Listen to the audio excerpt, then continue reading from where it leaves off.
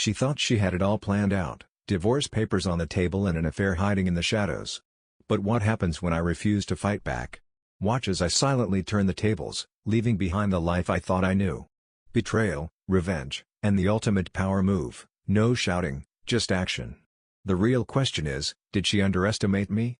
Our dinner conversation was about as lively as a library at midnight. Once again, she had whipped up that same uninspired chicken dish, the one she resorted to whenever she was feeling a bit lazy but didn't want to admit she was just phoning it in. I kept that little tidbit to myself. I had given up on the whole pointing things out business some time ago.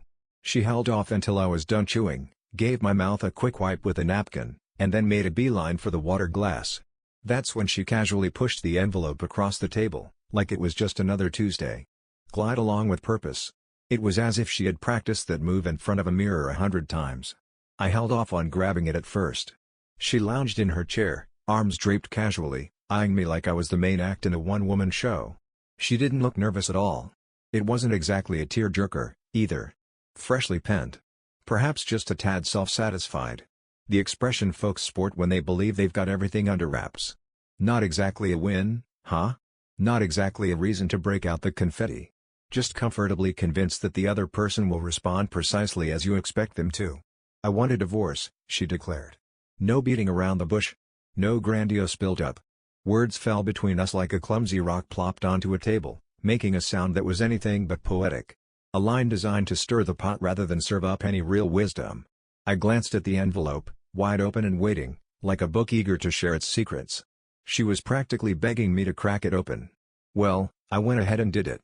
Within those walls lay the papers, just waiting to spill their secrets like a gossiping neighbor over a cup of coffee. Spotless. Pretty slick. Just one copy, please. She's the star of the show, gracing the top of every page like a celebrity on a red carpet. Absolutely, without a doubt. No surprises here. She wasn't greedy, she was just playing her cards right. Just a straightforward list of requests, dressed up to seem reasonable. She had a chat with someone.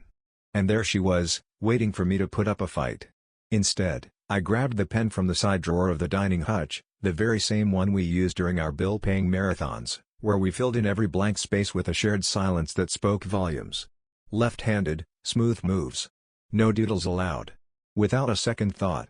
Once I was done, I casually pushed them back across the table, like a magician returning a deck of cards after a trick. I took a good look at her face. There it was, a brief flash that danced in and out like a shy cat at a party. Ah, the sweet embrace of confusion, like trying to find your way out of a maze while blindfolded and holding a map upside down. It's a delightful mess, really. Not a letdown. Definitely not anger. Simply a shake-up. Well, it seems the playbook decided to skip over that little detail. She figured there would be some pushback. A voice that might just be a tad louder, perhaps. Ouch, that stings. Questions that are just begging for answers. A chat that opened the door for her to spill the beans about her unhappiness, her efforts, and how I was about as thrilling as a soggy sandwich, lacking presence, excitement, and ambition. And there you have it, folks, that was the game. Dish out some pain, why don't you? Get that thumbs up. Give it a good shove. Just hang tight until someone gives you a tug.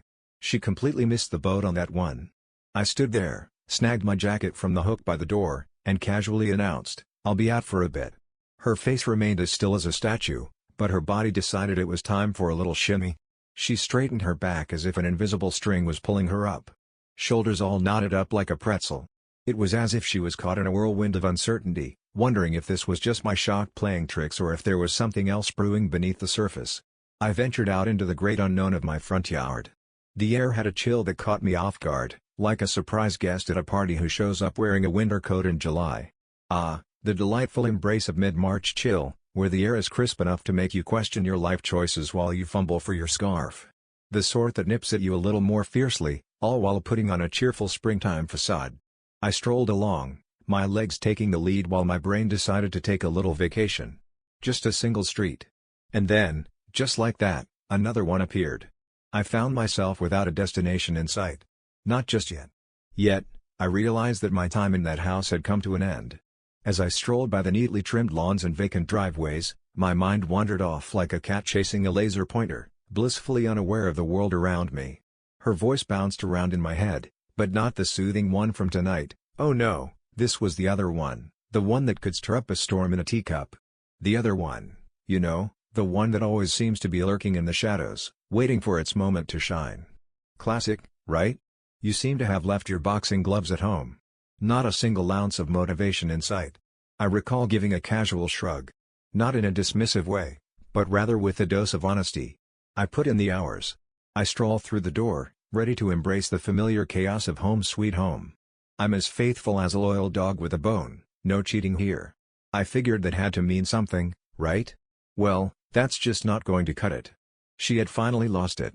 I'm on a quest to feel a little more wanted, Like a cookie that just came out of the oven, warm, inviting, and hard to resist. I'm on the lookout for a partner in crime who knows how to keep me on my toes. I could have mentioned that she once claimed she preferred peace over passion. I had crafted my existence around the idea of reliability, all because that's what she requested from the get-go. Well, turns out I didn't do that after all. At some point in her journey, she decided that peace was overrated. She had a hankering for a good old-fashioned chase. And then I decided to take a breather. It wasn't exactly a case of holding a grudge. Not a hint of tiredness. Well, that was that, wrapped up and ready to go. I had been finished for ages, yet there I was, dutifully paying bills, brewing coffee like a morning ritual, and scrubbing dishes after dinner. Just a guy going through the motions, performing daily tasks like a well-rehearsed play, even though I was pretty sure the script had lost all meaning. She figured she was walking away from a guy who'd crumple like a cheap suit without her around. Little did she know, I was already out the door, probably halfway to the nearest coffee shop, sipping on a latte and enjoying my newfound freedom. The following morning, I crammed all my worldly possessions into 4 duffel bags and unearthed the lockbooks I had stashed away in the back of the closet, cleverly hidden behind the winter coats that hadn't seen the light of day in ages. She was still nestled in her blankets when I tiptoed out the door. Or perhaps just putting on a show. Well, I figured saying goodbye was overrated, so I just slipped out quietly. No note was left behind. Only the quiet. Well, she certainly didn't pick up the phone, did she? Well, I guess the text just decided to take a little vacation, huh? Well, I certainly didn't see that coming from her. Well, that part of the plan is like a dance, it only works if your partner decides to join in and not just stand there looking confused. When the crowd goes silent, it's like trying to dance at a wedding where no one's clapping, awkwardness levels rise to new heights. I found myself in a short-term rental just outside the city, fully furnished, sparkling clean, as exciting as a plain bagel, and about as permanent as a sneeze in a windstorm. A mattress that actually holds its shape in the middle, what a concept. The coffee is all set and waiting patiently in the cabinet. A spot that feels like it was crafted for those who are just hanging out between one life and the next. I barely touched the unpacking, really. It's like my bags are on a permanent vacation, just hanging out in the corner, enjoying the view. Only the essentials, my friend. I was making my grand exit from the ancient relic. And just like that, 2 days slipped by. Not a peep from her. By the 3rd day, the subtle nudges began to creep in, the kind that are more like gentle pokes than outright questions. A little note from our buddy Mark. Hey there, just dropping a line to see how things are going. I heard you all have been dealing with a bit of a pickle lately. Are you doing all right? I shot back with a straightforward response. Absolutely. No further details needed. And that's the secret sauce for getting them to spill the beans. Half an hour later, you decided to send another one. She was taken aback by your sudden silence. I figured you might give it a shot to change her mind. I just let that one sit there, like a forgotten sandwich in the back of the fridge. This version of me must have sent her into a bit of a tizzy. The reserved individual. The fellow who let go, never held on tight. She had spun a tale where I was the rock, the unchanging backdrop in her ever-evolving story. And just like that, the one thing I could always count on had pulled a disappearing act. The actual change wasn't the relocation. Oh, it wasn't even the divorce that got me. It was like a blank canvas, devoid of any splash of color or hint of feeling. I didn't request a single thing, not even a crumb of a favor. For a woman who craved a sense of being wanted to feel whole, that kind of silence lands with a thud, far more impactful than any shout could ever manage. On the 4th day, I found myself sitting across from my divorce attorney, a person I had discreetly checked out a week prior to her presenting me with the papers. A genuinely nice fellow. Pointed. Nothing too extravagant. As precise as a scalpel in a comedy sketch. He inquired whether I was up for a brawl over the house. Nope, not happening. Oh, custody? That's a whole can of worms, isn't it? Ah, alimony, The financial equivalent of a long, drawn-out sigh after a breakup. It's like paying for the privilege of someone else's company, even when you're no longer sharing a couch. Who knew love could come with such a hefty price tag? 0 little ones running around. Not necessary. Just slice it right through, nice and tidy. He gave a slow nod, jotting down notes like a detective piecing together a mystery. You're not quite what I pictured when I read the case brief, he remarked, raising an eyebrow as if he'd just spotted a cat wearing a top hat. Well, she's not either, I said with a shrug. Later that day, I decided to make another pit stop. A cozy little watering hole tucked away just off the highway. It was one of those charmingly outdated spots where the wallpaper seemed to have taken a permanent vacation since the early 2000s, blissfully unaware of the passing trends. Boots that have seen better days, with leather that looks like it's been through a few too many adventures. The jukebox was still humming along, like a stubborn old friend who refuses to quit the party. She was already there by the time I showed up. That cousin of hers. Amanda, huh? Quite the name, isn't it? It rolls off the tongue like a well-practiced line in a novel, but I bet it comes with its own set of stories and quirks. What's the scoop on Amanda?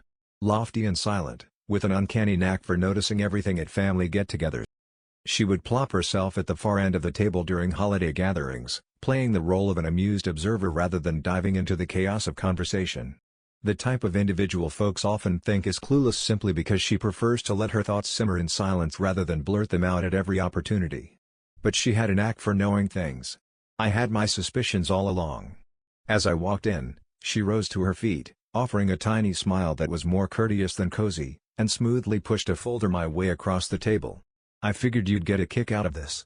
I held off on opening it at first. I simply cast my gaze in her direction. So, just how long have you been in the know? Well, that took longer than I expected, she remarked with a wry smile. But when it dawned on me that you weren't as lost as she believed, I decided you were worthy of the whole story. What's the rush? Amanda twirled her straw in her drink like a magician performing a trick, then fixed her gaze on me, not even a blink in sight.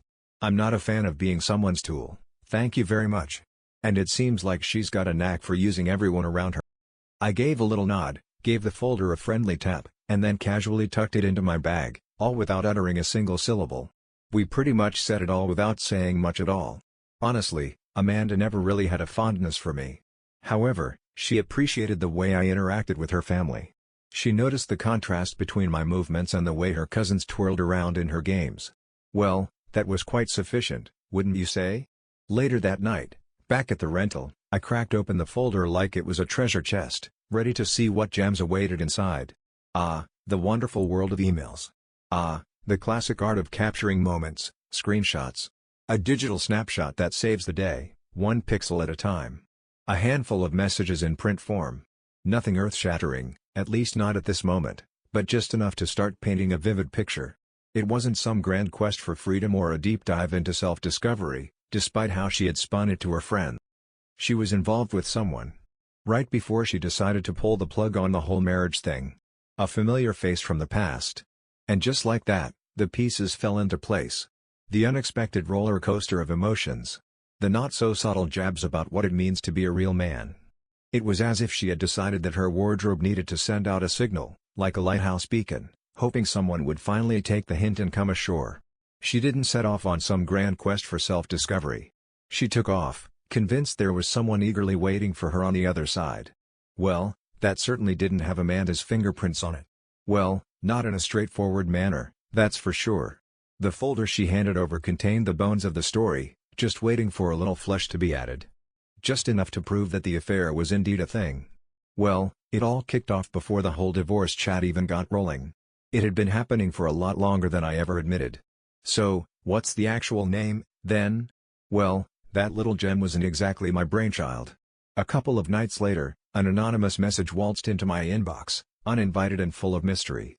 It seems we've got a blank canvas here, no subject line in sight. A little mystery never hurt anyone, right? Let's see where this takes us. Only a single sentence.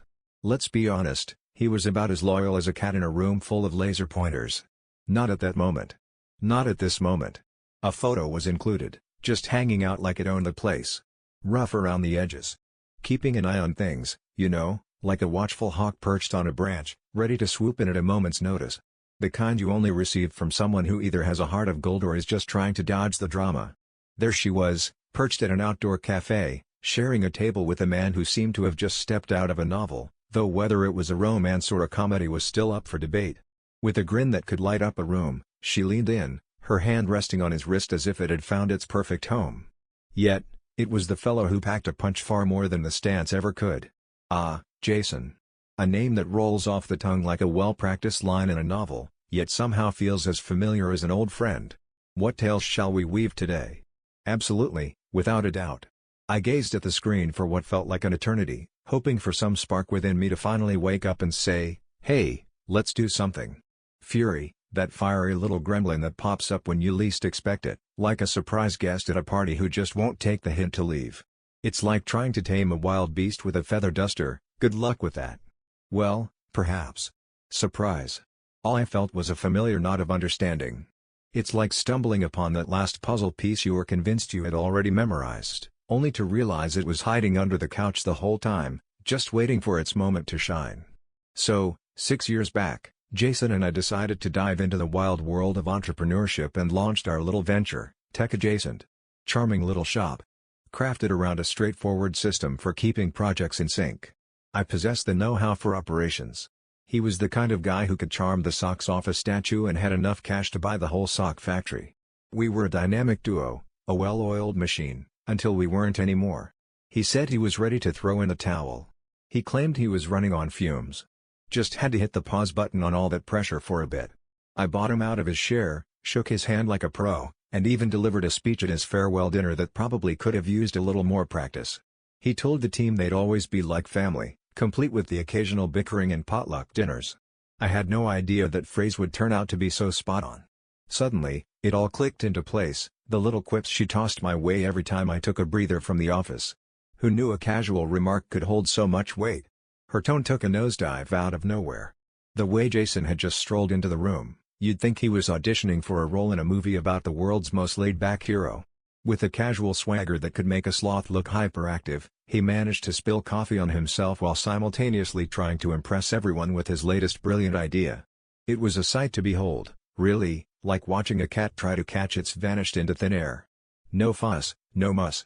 No hard feelings. Time to make a graceful exit. Way too pristine for my taste. Well, it seems he wasn't exactly dodging the heat after all. He was waltzing right into my life, like he owned the place. Or at least, what he assumed would be my take-home treasures. I sank into the rental's well-loved couch, closed my eyes, and let the timeline sort itself out in my mind, like a jigsaw puzzle that had seen better days. Oh, it wasn't just a simple case of betrayal, my friend. No, it was more like a full-blown soap opera, complete with plot twists and dramatic sighs. There was a bit of math involved. She hadn't merely floated along. She had done a little dance of change. She figured she was making a smart upgrade. Trading in the soft-spoken spouse for a guy whose grin could light up a room. More pizzazz. Not quite enough meat on the bones. Jason always had that little something extra, you know? Like a secret ingredient in Grandma's famous recipe that makes it just a tad more delicious. It could create the delightful illusion that they were the sole star of the show, basking in the spotlight all by themselves. He'd pull it off at meetings, bars, and fundraisers alike. There was a time when I held it in high regard. Well, I went to bat for him even when folks were throwing around the word manipulative. Can you believe that? Well, that's just our good old Jason for you. Oh, that's just our buddy Jason for you. Well, here I was, faced with a decision that could rival the weight of choosing between pizza toppings. Revenge? Nah, that wasn't on my to-do list. Not the type that throws a tantrum or goes on a rampage. I had no intention of playing the role of a tire slasher or a screenshot leaker, thank you very much. I had moved on from that kind of chaos. It was all about helping her grasp the true weight of what had slipped through her fingers. Well, this is the twist she never quite anticipated. I wasn't the kind of guy who found himself standing at the station, watching the train pull away without me. I had been cruising along all this time, like a ship on a calm sea, blissfully unaware of the storms brewing in the distance. I grabbed my phone and dialed up 2 numbers, hoping for a little magic on the other end. One was for Amanda. The other was to a contact I hadn't chatted with since the wild and wacky early startup days. There was this fellow named Ellis, an early angel investor who found himself on Jason's bad side just before the big exit. Classic, right? His tone was as tight as a drum when he picked up, but that all changed once I said my name. "Hey Ellis, long time no see." "Well," he said, taking a moment to gather his thoughts. "Hey there, you doing alright?" "I'm feeling better than I have in ages." "Hey, are you still keeping an eye on Jason's latest escapades?" "Well, it seems he's back at it, hovering around a few of us like a hungry seagull eyeing our fries for some funding." "Are you considering taking the plunge again?" I cracked a grin. "Well, that's not quite it. I'm just curious about how much of a spectacle your exit story turned out to be." "Not quite out in the open, is it? How about we shake things up a bit? We were just looking for something simple, nothing too over the top. Just a handful of chats with the right folks." There are a handful of folks who used to be linked to Jason but have since decided to cut those ties, probably for their own sanity. A couple of truths laid bare for the folks he was hoping to wow. Revenge? Nah, that wasn't the name of the game. It was like trying to rearrange the furniture while the guests were still trying to find their seats at the dinner table. And amidst all that chaos, I decided to take a little vow of silence once more. It seems that hit her harder than I ever thought it would. Just 4 days after the leak, another message popped up in my inbox. This one has a name, folks. From her, of all people. Only a single line. "Hey, can we have a chat?" I just let silence do the talking. Let her experience the quiet sting of being left out, like a ghost at a party no one invited her to. The message lingered, just hanging out like an awkward guest at a party, unsure of whether to mingle or make a swift exit. Not read it. For a solid 2 days, I stared at it before finally cracking it open. "Mind if we have a little chat?" Just 3 little words. Well, that's not exactly an apology, is it? I didn't make a mistake, I just took a creative detour. That's all there is to it. It was as if she had lost track of which edition of me she was trying to connect with. I decided to keep my thoughts to myself this time. Honestly, I was beginning to lose track of what her voice even sounded like when it wasn't dripping with judgment or miles away. It's funny how fast the void can change the whole setup, isn't it? Love is a funny thing, you might expect it to dim gradually, but sometimes it just fizzles out the instant you forget to keep the flame alive. The following evening, Amanda shot me a text. She's coming apart at the seams. He mentioned he's not picking up her calls anymore. It was as if his name was written in the stars, or at least on the back of a cereal box. No need for introductions here. Ah, Jason.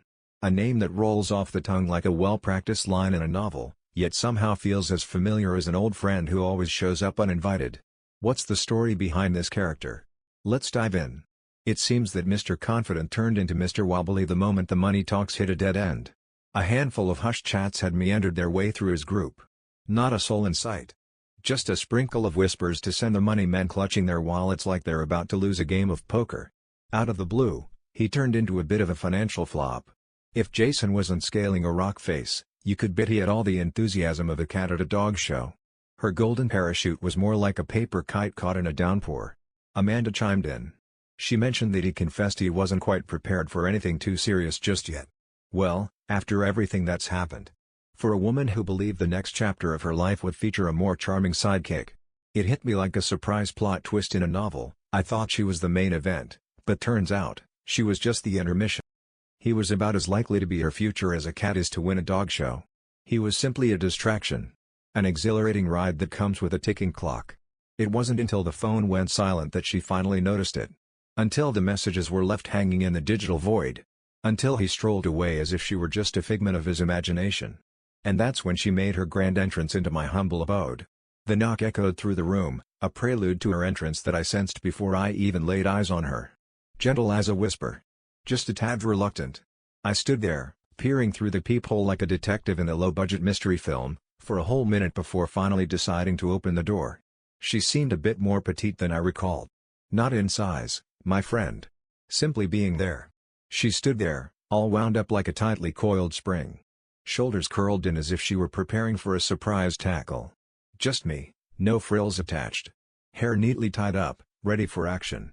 Not a single performance to be found. "Well, hey there," she said. I stood there in the doorway, as if it were my personal throne, contemplating the world beyond with all the seriousness of a cat watching a laser pointer. She gulped. "Mind if I pop in for a bit?" I took a step back, my mouth hanging open like a fish out of water. Allow her to waltz in at her own pace. She strolled in at a pace that could only be described as leisurely, as if she were savoring each step like a fine wine. As if the very room were on the verge of giving up and crumbling beneath her presence. She glanced around as if it shocked her that I had managed to build a life without her in it. Even if it was merely a fleeting arrangement of furniture and a hush that lingered like an awkward guest at a party. "It's nice," she remarked, as if she were casually commenting on the weather rather than the masterpiece before her. She spun around to look at me. "I'm on the hunt for a little slice of the familiar. A hint of the guy she once had on a tight leash. I didn't stroll in here to throw punches." "Well, that sounds just peachy," I said. "Well, you'd be flying solo on that one." "I made a mistake," she said, raising her voice just a notch. Jason turned out to be a bit of a surprise package, not quite what I had in mind. "Well, this isn't exactly what I had in mind." "Not quite, my friend." I let that linger in the air, like a well-timed punchline waiting for its moment to land. Not a single glance exchanged. Only the sound of crickets having a quiet debate. "I figured it was time for a little shake-up in my life." "I figured you would." She took a moment, her voice wavering just a bit. "I figured you'd put up a fight to keep me from going." And there it stood, right in front of me. The secret hiding under the secret. She was totally caught off guard when I decided to let go. She craved a little pushback. She was looking for my reaction, like a cat waiting for a mouse to make its move, to decide whether to stick around or make a graceful exit. Well, I didn't hand her any, either. So, I handed her exactly what she said she was after. Liberty. She was utterly stumped, like a cat trying to figure out a laser pointer. "I miss you," she whispered, her voice barely rising above the sound of the wind, as if the universe itself might eavesdrop on her confession. I find myself reminiscing about the good old days of us. I could see the tears welling up, like tiny little water balloons ready to burst at any moment. The genuine article. Not the sorrow of parting ways with a fellow. But then it hit him like a pie in the face. Maybe he didn't actually want to be found at all. "I know I hurt you," she admitted. "But I really want to get it just right." I strolled over to the side table, casually snagging the envelope I had plopped down there earlier that day, like a detective on a mission, minus the trench coat, of course. It was hardly a heavyweight, really. Only a handful of printed pages. I passed it to her in silence, like a magician revealing a trick, but without the flair or the audience. Just a simple handoff, really. With a deliberate slowness, she cracked it open, her brows knitting together like two worried caterpillars. At the very top, there's a delightful little string of emails just hanging out. She and Jason. Amanda passed this along. She breezed through the lines. A bit of strategizing, if you will. A little bit of playful banter. There was this one message where she casually labeled me as deadweight. Charming, right? Once again, he quipped about her needing to pack light as she ventured away from her cozy little safety net. I observed her hands tremble, as if they were auditioning for a role in a shaky drama. "You knew," she said, her voice quaking like a leaf in a gentle breeze. "I sure did. How long are we talking here?" "Just the right length, I suppose." She gazed at the papers as if they held the secrets of the universe, or at least the answer to why her coffee had gone cold. "Why on earth didn't you speak up?" "Well, it seems you had already packed your bags and taken off without so much as a goodbye. I figured I'd let you take the lead, like a gentleman in a dance, but without the fancy footwork." She glanced up at me then, and for the first time in ages, her eyes didn't carry that familiar air of superiority. "Just a little bit of loss, like misplacing your favorite sock or forgetting where you parked your car. It happens to the best of us." "I thought you'd fight for me," she repeated, her voice a whisper, as if she were afraid the words might float away. She lingered for a heartbeat, clutching the papers as if they were her lifeline in a stormy sea. But her face told a story all on its own. All the grip I once had slipped away like a bar of soap in a shower, sudden, unexpected, and a little bit slippery. After that, her words seemed to take a vacation. She stood there, clutching the pages as if they were hot coals, leaving her hands feeling like they had just survived a fire drill gone wrong. I observed her wrestling with it all, like a cat trying to catch a laser pointer, confused but determined. "Oh, Jason, you sly fox. Who knew betrayal could come wrapped in such a charming package?" Her own words, laid out in stark black and white. Believe it or not, I managed to avoid any brawls. I didn't exactly drop to my knees and plead. Never even thought to ask why. Perhaps she strolled in, hoping for a neat little bow to tie up all the loose ends. Perhaps she believed that a heartfelt apology would hit the reset button on everything. Alas, the board had vanished into thin air, leaving nothing but a sense of bewilderment in its wake. I had already tucked it away like a secret stash of snacks, out of sight and out of mind. If only I could hit the rewind button, she finally admitted. I gave a slow, deliberate nod. "Well, it seems that didn't quite happen, did it?" And there it was, silence once more, like an old friend who just can't seem to find the right words. The kind that wafts through the air, curling around like a mischievous ghost at a party. As she reached the door, she hesitated for a moment, like a character in a novel contemplating whether to step into the unknown or just grab a snack instead. I glanced back, half hoping I could somehow hit the brakes on her escape. Just one final trial. One last chance to give the ending a little twist. I locked eyes with her and said, "Make sure to look after yourself, all right?" She gave her eyes a little workout, blinking as if trying to clear away the cobwebs of confusion. Got in one gulp. And off they went. The door clicked shut behind her, a gentle sound that felt oddly definitive, like the last note of a song that leaves you hanging in the silence that follows. I chose not to watch her stroll off into the sunset. A week later, I found myself across the table from my accountant, signing the final papers to officially part ways with the last of our joint investment. It felt a bit like breaking up with a long-term partner. There was a mix of relief and nostalgia, but mostly just the urge to get it over with and move on. A real estate property she had no clue I still had the keys to. Just a little paperwork hiccup, one she hadn't bothered to double-check before sending off the divorce papers. She figured it was officially in her possession now. Well, she certainly missed the mark on that one. I discreetly parted ways with my share, like a magician making a rabbit vanish. Poof, gone. I didn't fuss over anything beyond what was rightfully mine. I just yanked the cord on the last thread tying us together, and let me tell you, it was as smooth as a well-rehearsed magic trick. The following day, her lawyer decided to ring her up. Well, it seems she wasn't exactly on cloud nine. I chose to keep my lips sealed. The very next day, I hopped on a flight like it was the most normal thing in the world. Just landed a new gig. A brand new city awaits. All things shiny and new. The move was about as dramatic as watching paint dry. Simply essential. A fresh start. Just a little shake-up, nothing to write home about. Well, I kept it under wraps, sharing the secret only with Amanda. Her response was a single word. Great. Well, there you have it. Just before the plane took off, I hit the delete button on our last message thread like it was a hot potato. Not because I'm being petty. Lost in the fog of understanding. Some folks really know how to set fire to their bridges. I just watched mine float away, shrinking into the distance until it vanished completely. It was like a magic trick, but without the applause or the rabbit. Just me and my fading dreams, waving goodbye. She gave it a few more tries after that. Just a single message. And then came another one. Each one a tad shorter than the one before it. Say goodbye to that cocky grin. Only questions, my friend. Hey there, you doing alright? Hey, can we have a chat? Sure thing. I just let it hang there, like a forgotten sock on a laundry line. Not everything out there is begging for a reply, you know?